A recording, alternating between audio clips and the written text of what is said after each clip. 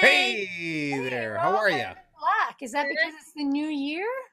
Yeah, because it's death. Cheers, ladies. It's Cheers. Happy it's New dry Year. January. Happy New Year. It's dry January for me. Oh, well, that's too That's good. bad. I'll make sure I'll keep up with your end, though. Yeah, Okay. not for me.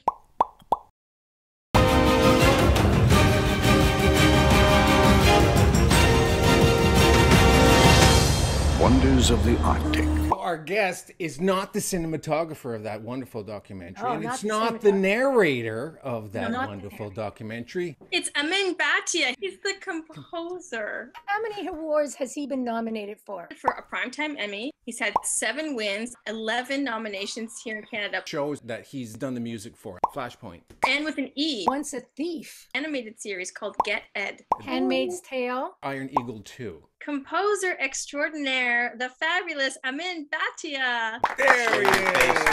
Yeah! Nice to meet you all. What was your first attraction to music? Probably Fantasia. That animated thing and all that classical music that I knew as a kid suddenly put to picture. That really spoke to me. And then I was 10 or 11, I stayed up late and I watched Planet of the Apes. The music was by the great composer Jerry Goldsmith. Everybody else was into like Elton John and Billy Joel, and for me it was Jerry Goldsmith and John Williams. Something happened in 1981. The competition Roland had. A friend of mine asked me to just enter some of my strange music, all done with synths, into a competition. A few weeks later, I got a very nice letter. They had moved me to the professional category and given me grand prize. How old were you when this happened? I was 19. Tell us who the judges were. Oscar Peterson was one of the judges. Bob Moog, the inventor of the synthesizer. Ralph Dyke from Roland. It opened doors to David Foster in Los Angeles. Steve Porcaro of the band Toto, that I have to thank the most for helping me get my career going. He recommended me to record labels, which led to a record deal. This is the result of that contest.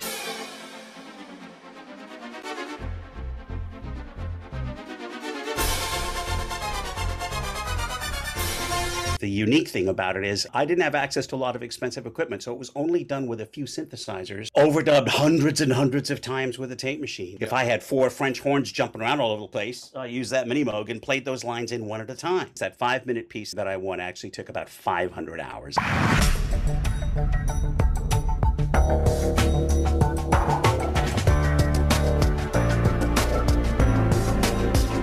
Flashpoint. By this time, I'd been collaborating with another composer, Ari Posner. That melody was meant for a scene in the first episode where the troops arrived, played it for the producers. They said, that's the theme.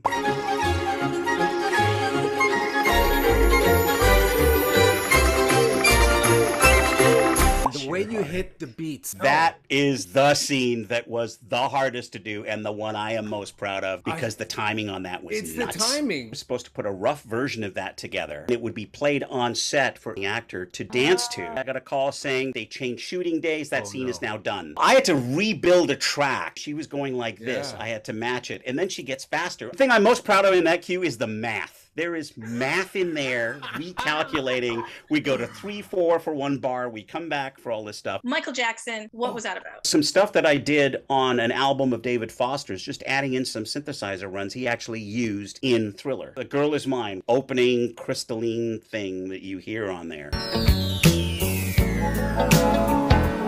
Is me on a Jupiter 8. I mean, my friend, we gotta let you go. It was an absolute Thank you. pleasure. Well, be safe. Big- His career, it's so dense, and all of us were just like, He was a great guest.